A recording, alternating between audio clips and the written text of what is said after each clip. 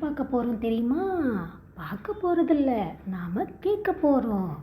உங்கள் எல்லாருக்கும் பிடிச்ச மாதிரி ஒரு கதை கேட்க போகிறோம்.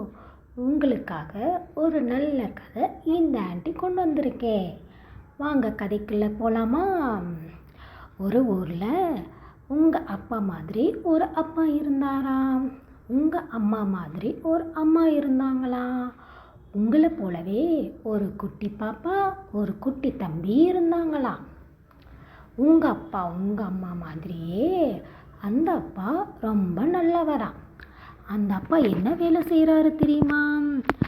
அந்த அப்பா டெய்லி காட்டுக்கு போய் காட்டில் இருக்கிற பட்டுப்போன மரத்தெல்லாம் தேடி கண்டுபிடிச்சி அந்த மரத்தை வெட்டின மரத்தெல்லாம் தூக்கிட்டு சந்தைக்கு போய் அந்த மரக்கட்டையெல்லாம் விற்று அதில் வர்ற பணத்தில் வீட்டு செலவு பண்ணுவாராம்.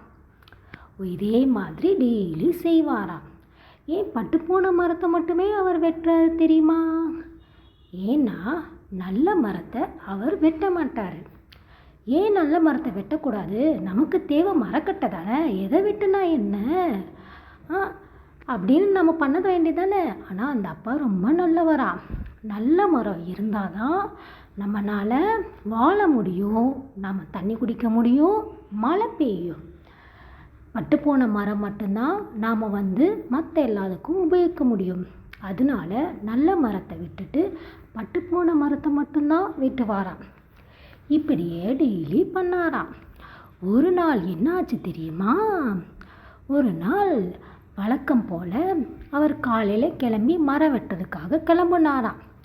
அப்போது உங்கள் அம்மா மாதிரி ஒரு அம்மா இருக்காங்கள்ல, அந்த அம்மா சொன்னாங்களாம், ஏங்க நீங்கள் மரத்தை வெட்டி கொண்டு வர பணத்தில் தான் நான் வீட்டு சாமான்லாம் வாங்கணும், நீங்கள் வந்தோடனே தான் நான் சமைக்கவே ஆரம்பிக்கணும், அதனால் எவ்வளோ சீக்கிரம் முடியுமோ அவ்வளோ சீக்கிரம் போய் வேலையை முடிச்சுட்டு பணத்தோடு வாங்க அப்படின்னு சொன்னாங்களாம் அந்த அம்மா. அதுக்கு அந்த அப்பா சரி சரி, நான் எவ்வளோ சீக்கிரம் முடியுமோ அவ்வளோ சீக்கிரம் நானும் வந்துடுறேன் அப்படின்னு சொன்னாராம். அதே மாதிரி அந்த குட்டி பாப்பாவும் குட்டி தம்பியும், அப்பா நீங்கள் வர்றப்போ எங்களுக்கு மிட்டாய் பொம்மைலாம் வாங்கிட்டு வாங்கப்பா அப்படின்னு கேட்டாங்களாம். சரி கண்ணுங்களா, நான் உங்களுக்கு வாங்கிட்டு வரேன். நீங்கள் நல்ல பிள்ளைகளா நல்லா படித்து அம்மாவை தொந்தரவு பண்ணாமல் இருந்தீங்கன்னா நான் கண்டிப்பாக எவ்வளோ சீக்கிரம் முடியுமோ அவ்வளோ சீக்கிரம் நான் வாங்கிட்டு வந்துடுவேன் அப்படின்னு சொன்னாராம். சொல்லிட்டு அவர் வேலைக்கு கிளம்பி போயிட்டாராம். அவர் இப்போ எங்கே போகிறாரு? காட்டுக்கு போகிறாரு. காட்டுக்கு போய் பட்டுப்போன மரத்தை தேடுறாராம். அன்னைக்குன்னு பார்த்து அவர் கண்ணில் எந்த பட்டுப்போன மரமும் தென்படவே இல்லையாம். எல்லா மரமுமே ரொம்ப நல்லா இருந்துச்சாம். என்னடா இது, இன்னைக்குன்னு பார்த்து ஒரு மரம் கூட கிடைக்கலையே அப்படின்னு பார்த்துட்டே போகிறாராம். போய்கிட்டே இருக்காராம். ரொம்ப தூரம் ஆயிடுச்சான். நேரம் போயிட்டே இருக்கான். அப்புறம் கடைசியில் ஒரு பெரிய ஆறு வந்துச்சான். ஆறில் நிறைய தண்ணி ஓடிச்சான். அந்த ஆற்றுக்கு பக்கத்தில் ஒரு பட்டுப்போன மரம் இருந்துச்சான். அப்பாடி, நல்ல வேலை ஒரு மரமாச்சு கிடச்சிச்சே. வீட்டில் சமைக்காமல் அம்மா காத்துட்ருப்பாங்க, பசங்கள்லாம் பொம்மைக்கும் மிட்டாய்க்கும் காத்துட்ருப்பாங்களே. கடவுளே ரொம்ப நன்றி, கடைசியில் எனக்கு ஒரு மரத்தை காமிச்சிட்டேன். எவ்வளோ சீக்கிரம் முடியுமோ அவ்வளோ சீக்கிரம் வெட்டி நான் வேகமாக வீட்டுக்கு போகணும் அப்படின்னு சொல்லி மரத்தை வெட்டுறதுக்காக கையில் இருக்கிற கோடாரியை எடுத்தாராம்.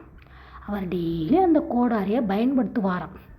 கோடாரி பார்க்குறதுக்கு ரொம்ப பழசாக இருந்துச்சான். அந்த கோடாரியை எடுத்து டங்னு வெட்டினாராம். ஆனால் அந்த மரம் ரொம்ப பெரிய மரமாக இருந்தனால வெட்டுறதுக்கு ரொம்ப கஷ்டமாக இருந்துச்சான். ரொம்ப தூரம் வேற நடந்து வந்தாரா, அவருக்கு ரொம்ப களைப்பாக வேற இருந்ததாம். அதனால் எவ்வளவு முடியுமோ அவ்வளோ சக்தியை பயன்படுத்தி ரொம்ப கோடாரியை தூக்கி ஒரு வெட்டினாராம்.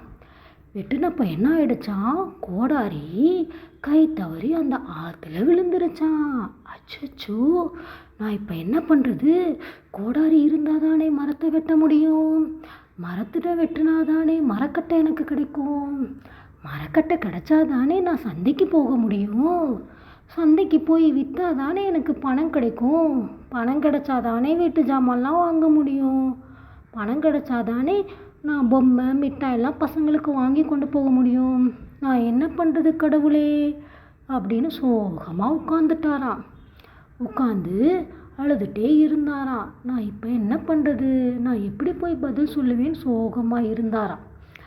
இவர் தான் ரொம்ப நல்லவர் தானே, நல்ல மரத்தெல்லாம் வெட்ட மாட்டார்ல. இவரோட நல்ல குணத்தை அந்த ஆற்று தேவரை பார்த்துட்டே இருந்திருக்கா. உடனே ஆறுலேருந்து ஒரு தேவதை வந்து, ஏன்பா ஏன் அழுகிற? என்னாச்சு உனக்கு? என்ன பிரச்சனை? சொல்லு என்கிட்ட, நான் உனக்கு நல்ல வழி சொல்கிறேன். என்னால் முடிஞ்ச உதவியை நான் உனக்கு பண்ணுறேன், சொல்லுப்பா அப்படின்னு அந்த தேவதை அவர்கிட்ட கேட்டுச்சான். உடனே அந்த மரத்தை வெட்டுற அந்த அப்பா சொன்னாராம், இந்த மாதிரி நான் ரொம்ப தூரம் வந்துட்டேன். வீட்டில் என் மனைவியும் என் 2 பசங்களும் எனக்காக சாப்பிடாம கூட காத்துட்ருப்பாங்க. என்னோட கோடாரி என் கை தவறி இந்த ஆற்றுல விழுந்துருச்சு. எனக்கு என்ன பண்ணுறதுன்னே தெரியலை சாமி அப்படின்னு சொன்னாராம். தேவதை உடனே, அழுகாதப்பா அழுகாத, உன்னோட கோடாரி இந்த ஆற்றுல தானே விழுந்துச்சு. இந்த ஆறு என்னோடது தான். கொஞ்ச நேரம் காத்துரு, நான் எங்கே இருக்குன்னு தேடி பார்த்துட்டு உனக்கு கண்டுபிடிச்சி தரேன் அப்படின்னு சொல்லி ஆற்றுக்குள்ளே முங்கிருச்சான் அந்த தேவதை. முங்கி ஒரு 5 நிமிஷம் கழித்து ஒரு அழகான தங்க கோடாரியை எடுத்து காமிச்சிச்சான். இங்கே பாருப்பா, இதுதான் உன்னோட கோடாரியா, இதுதான் அங்கே இருந்துச்சு அப்படின்னு சொல்லிச்சான். இது பார்க்கறதுக்கு இவ்வளோ அழகாக இருக்குது, பல பலன்னு மின்னுது. ஆனால் என்னோட கோடாரி அப்படி இருக்காதே, ரொம்ப பழசாக இருக்கும் என்னோட கோடாரி. இது இல்லை சாமி என்னோட கோடாரி. சரி பரவாயில்லப்பா, அது இல்லாட்டி என்ன, இதை வச்சுக்கோ, இதுதான் பார்க்கறதுக்கு இவ்வளோ அழகாக இருக்குது. கோடாரியே ரொம்ப விலையாக இருக்கும் போலையே, இதை வச்சுக்கோ. வேணாம் சாமி, எனக்கு என்னோட பொருள் மட்டும் இருந்தால் போதும், எனக்கு வேறு எந்த பொருளும் வேணாம் அப்படின்னு சொல்லிட்டாராம். சரி இருப்பா, உனக்காக இன்னொரு தடவை முங்குறேன் நான் அப்படின்னு சொல்லிட்டு மறுபடியும் அந்த தேவதை முங்கிருச்சான் ஆற்றுல. முங்கி இப்போ வெள்ளையேன்னு ஒரு கோடாரி எடுத்து கொண்டு வந்து, இந்தாப்பா மரத்தை வெட்டுறவரே, இதான் உன் கோடாரியான்னு பாரு அப்படின்னு காமிச்சிச்சான். அதை பார்த்துட்டு, இது என்ன பால் மாதிரி இவ்வளோ பலன்னு இருக்குது, இந்த கோடாரி என்னது இல்லைம்மா, என்னது ரொம்ப பழசாக இருக்குமா, கொஞ்சம் துரு பிடிச்சிருக்குமா, இது இல்லைம்மா. சரிப்பா, இந்த கோடாரியும் ஒன்னது இல்லைன்னு சொல்லிட்ட.